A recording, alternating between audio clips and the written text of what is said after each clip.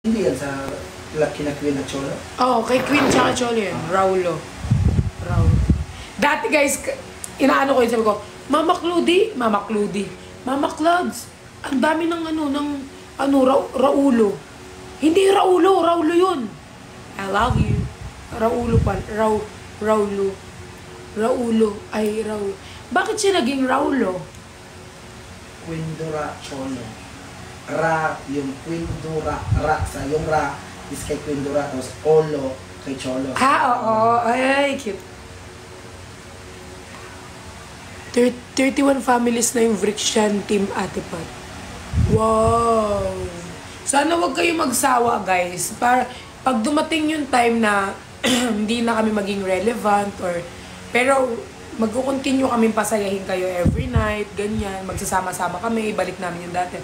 Pero pag dumating yung time na busy na kami, hindi na kami maging relevant, may mga lalabas na ulit na mga bagong sisikat.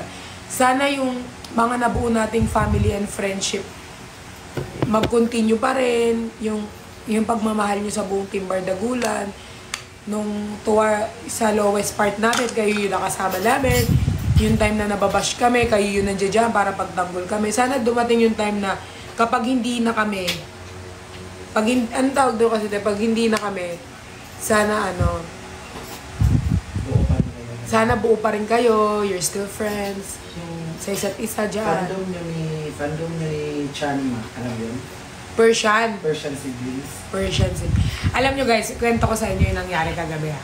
So kagabi, aaminin ko, kasi diba nga, nag-live kami ni Christian, and then, dahil nga yung iba, parang na-off sila dahil nga gagaganunan kami ni Christian, like, bobo, ganyan. Naiintindihan ko naman yung point of view nyo na ganon. Pero kasi guys, like, Christian and I, sobrang wala kaming, kapag kami magkausap, sobrang wala kaming filter. Siguro kung kunyari, like, sa personal makita mo kami ni Christian. Like, sa dressing room, makita mo kami ni Christian. Nagbabangayan. Tapos, like, kararating mo lang. Mo-off ka sa amin ni Christian. Kasi nga, ganun kami magsalita sa isa. Pero dahil yun, live nga, hindi naman nila lahat. Pero, naiintindihan ko rin yung side nila. So, pumunta ako ng bar ng maaga. Pumunta kami doon kay Jenny ng maaga. So, nauna ako doon. Sumunod ang Vrikshan. Unang ginawa ni Christian, nag-chat si Christian sa akin ng mahaba. Like, sabi niya like, Te, wag mo nang pansinin yun, Te. Napaka-OA lang. No, ganyan. Basta ganun yung mga chat niya. Like, Te, basta sobrang haba. Sobrang haba ng chat ni Christian. Sinin ko lang. Tumawag siya ng 5 missed call. Sinin ko lang. Parang hindi ko pinansin. Kasi, naano ako parang feel ko like, bakit ganun? Bakit kapag sila yung may ginawa sa akin, laging okay, hindi big deal. Pero bakit pag ako, like, laging big deal, ganun. So, iniisip ko yun. Iniisip ko siya. So, hindi ko pinansin si Christian all the way. Hindi ko siya pinansin. Kaya hindi rin ako pumunta ng eksklusibo doon. Tsaka gusto ko rin kasi give them a moment. Pero nag-contact na sila sa akin. Pero gusto ko silang bigyan ng moment kasi moment ng Vrikshan yun. So, parang sinet aside ko. Then, I-contact Nix. Kay Nix lang naman ako nag-open. Nag-open ako. Parang nagganyan-ganyan ako. Nagbigay lang siya ng little bit advice. And then, pumunta ako doon kay Laben. And then, pumunta si Christian. Unang ginawa ni Christian, dinapitan niya ako. Tapos, hinakap ako ni Christian na mahigpit. Sabi niya, like, hindi naman nila tayo kilala eh. Hindi nila tayo personal na kilala. Kilala lang nila tayo sa live. Pero hindi nila tayo kilala ganyan. Tapos sabi ko, naiinis lang kasi ako, like, feel ko like, ganon. Tapos, like parang mahigpit yung yakap ni Christian. Tapos parang sinabi niya, like, kinakap niya ako na mahigpit, tapos sabi niya ganyan. Di ba nga, at the end of the day, tayo, pagtatanggol natin yung isa't isa. Kasi at the end of the day, ate kita, kapatid mo ako. Ay, B! So, muntik lang naman ako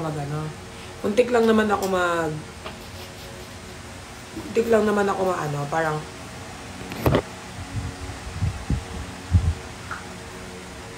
ay, hindi. Ganon. Pero okay kami guys, okay kami ni Chani. Nag-uusap kami ni Chan. So, ganon lang. Tsaka guys, umiyak siya daw dahil sa mga gift. Marami daw gift sa kanya. So, doon siya umiyak. Lagi yung sinasabi yun. Tsaka sobrang ano namin ni Christian, sobrang open. Like, open. Be! Sabi ko nga kay Christian kagabi, ikaw nga, pinakilaman mo yung privacy ko, hindi naman ako nag-react eh. Sabi ko kay Christian. Sabi ko, ikaw nga, pinakilaman mo yung privacy ko, hindi ako nag-react. Hindi ka naman na-bash dun eh. Hindi naman nagsalita yung ginanyan ko siya. Sabi niya, oo nga, sorry naman kami sa isa't isa, pero okay na kami guys. Kaya, pag mga ganyan kasi guys, as long na kaya namin ayusin na mas maaga, inaayos namin. Parang, inaayos namin. Yun kasi guys, yung pet peeve ko yun. Alam ni Christian na pet peeve ko yun, yung nangingialam ng cellphone. Pet peeve ko yun, yung pakikialaman mo tapos open mo. Yun talaga, isa yun sa pet peeve ko. Alam ni Christian yun, tapos ginawa niya, kaya nag-side eye ako.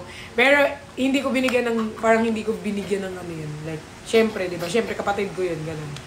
Baka nagbibigay lang siya ng ayuda. Ang inaano ko lang kasi, baka may mapindot siyang, syempre, babe. Ang account ko na yun, nandun lahat. Kaya pag nanakaw mo yung cellphone ko, wala na. Sira na ang buhay ko. Char. Pero yun naman, okay naman kami ni Chan. Okay kami. Tsaka pag may mga problema kami, guys, hindi kami natutulog nang hindi namin naayos. Nag-uusap-usap kami.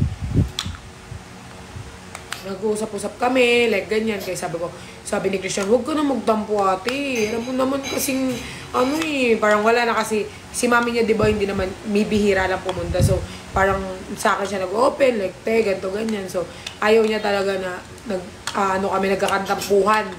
Yun ang pinakain ni Christian. So, yun. Okay naman kami. Okay kami ni Briggs. Okay kami ni QD, guys. Minsan, mga fans lang naman nagpapaaway-away eh. Pero kami, guys, alam nyo guys, at the end of the day, meron kami group chat. Pag kunyari, may mga binabash sa GC, sinesend na yan. Tapos, giving advice to each other, palakasan.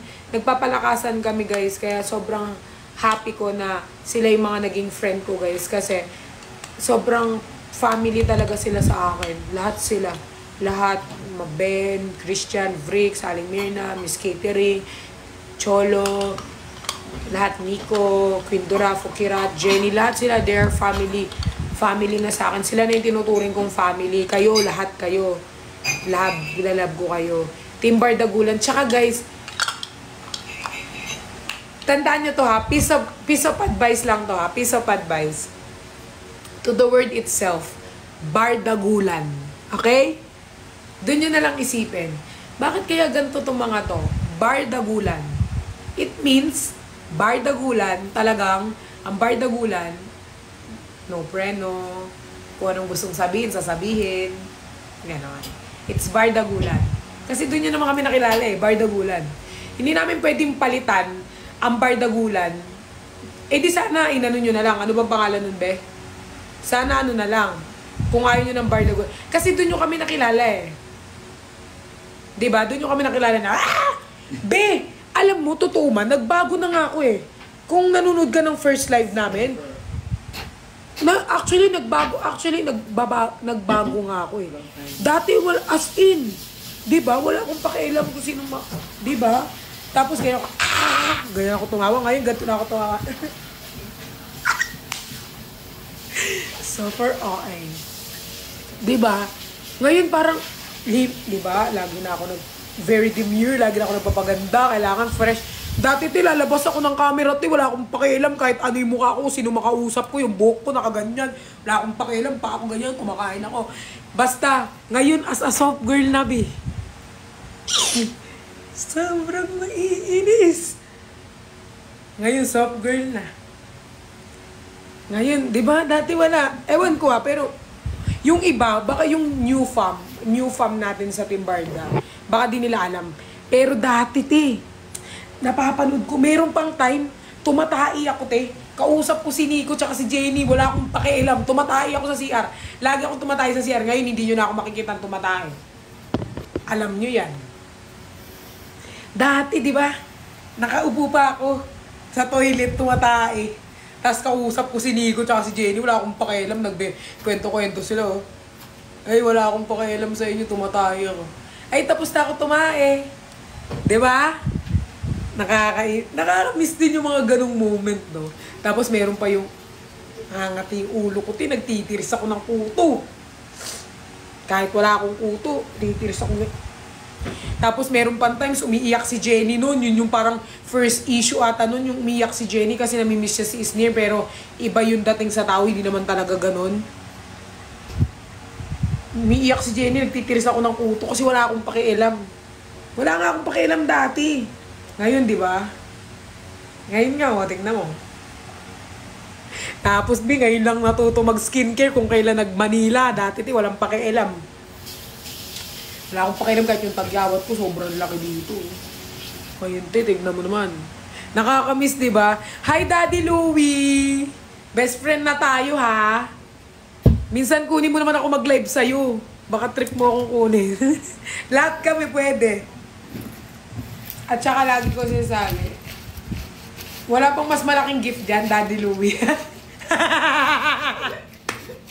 Daddy Louie naman. Rose. Niana. Ay, lumaki nga. Joke lang, Daddy Louie.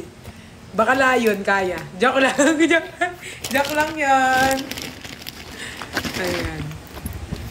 Ayuda sa friction. Te, kayo nga'y may ayuda kagabi. Bakit ako yung hinahanapan nyo ng ayuda? Kayo nga may ayuda kagabi. Ako nga yung nakaano dun eh. Okay lang, hindi ko na rin kasi pinapunta. Kasi very pagod na yun. Kaya hindi ko na rin. Kayo nga ang bida kagabi. Ang brick siya ng bida kagabi, be. Hintayin nyo. Brick siya ng bida kagabi, no? Tsaka Benjen.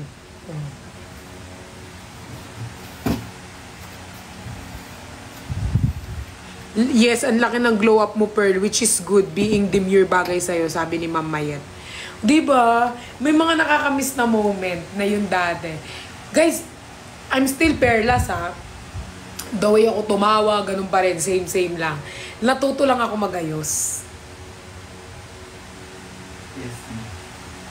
Natuto lang ako magayos. Pero dati wala talaga akong pakialam. Te, meron pa, te, kung naalala nyo, te, umakit ako dun sa may hagdan namin. Tapos gumaganyan ako, te. Sobrang flexible ko kasi. Tapos, nakakamiss yung mga moment na gano'n. Pero alam nyo guys, sobrang laking tulong ninyo. Kasi kung wala kayo dyan, wala kami mga brands. Kayo ang nakatulong sa amin. Pero okay naman na nag-ano ako, 'di ba? Like nag-ayos ako para sa sarili ko. Like naging mas ako. Dati wala akong pakialam. Sweet girl ka na. Oo nga, dati lang. Ganyan ako tumawa, 'di ba? Wala akong pakialam. Sino ba kayo? Kung sino makaakyat ko sa live, wala akong pakialam. Ngayon be very demure. Dahil siguro yan sa bracelet. Eto, hanggang ngayon nga, ang sama pa rin ng ugali ko eh. Nakakamiss din super energy mo sa Zumba. Oo, alam mo namimiss kong Zumba talaga. Yung kay Ben, kay Vrix, at saka kay Christian. Yung pinapagalita ko sila. Hay! Diba? I-request nyo yun kapag naka-live sila. Turuan ko kayo Mag-Zumba naman kayo nila, Teacher Perlas. Gusto ko rin maka-Zumba sila QD. Pero pagkasama ko kasi si QD, natatawa na lang ako, kasi yung mga step ni QD, natawa-tawa talaga ako. Kung makita nyo yung nag-Hong Kong kami ni QD, grabe talaga si QD. As in, sumisigaw siya doon.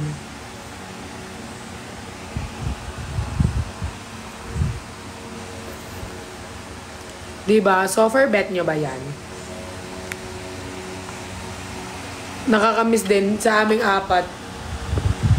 Oo, pwede kayong Guys, alam nyo, pwede nyo kung kunin na magturo ng Zumba sa school ninyo kung gusto ninyo, okay?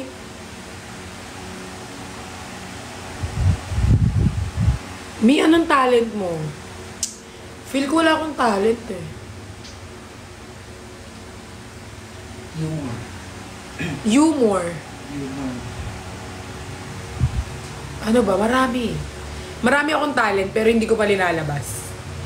Gusto ko hidden talent. Yung hidden talent ko talagang hindi na ilalabas. Hindi kasi ako, kahit sa sports, hindi ko pinapakita. Pero marami akong sports. Sobrang dami kong sports. Super flexible ko. Kaya kong ilagay yung ano ko dito sa all. Kaso baka makita niyo yung pek-pek ko eh. So wag na lang. Zumba with YML. Alam ko meron akong event kasama kong YML eh. Like kasama ko silang pababiyahe. Meron ako eh. Nahiya ako. Ano nga, mag-zumba ka kay YML. Baliw ata kayo.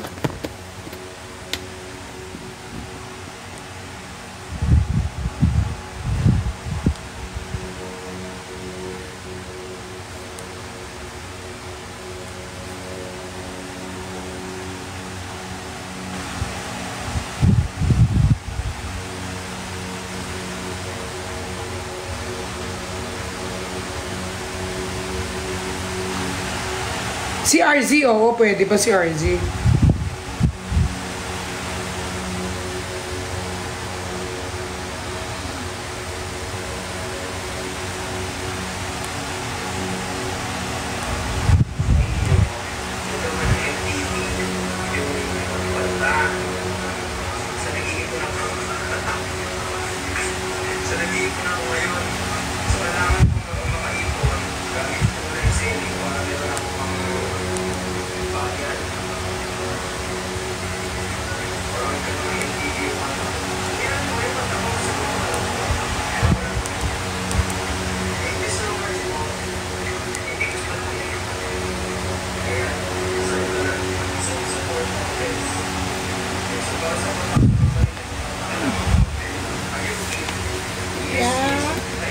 Oo, pwede.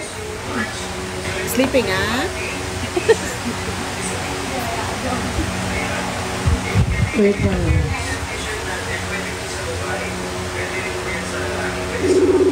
Ayun, lakas.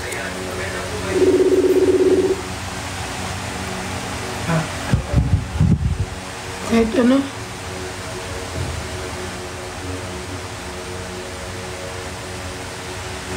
Nakakamiss yung Zumba. Oo nga eh. Mag-Zumba ako. Tanong ko sila sa GC kung sino magla-live mamaya. Tanong ko sa GC.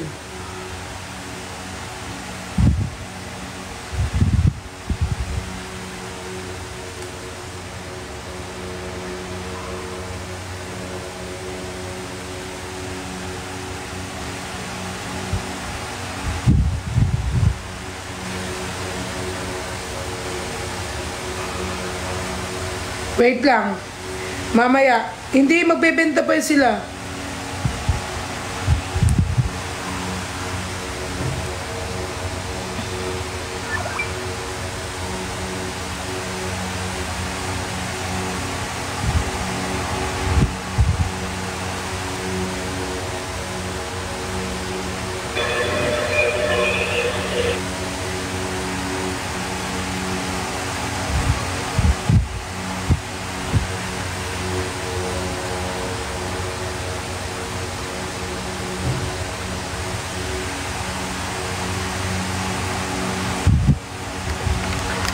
Magtanong ako sa GC guys kung sino magla-live later.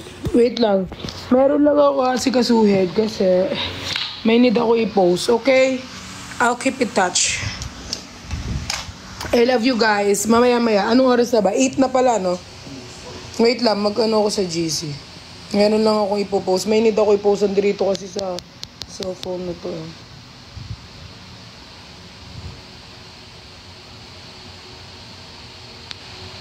Love ya! Wait lang.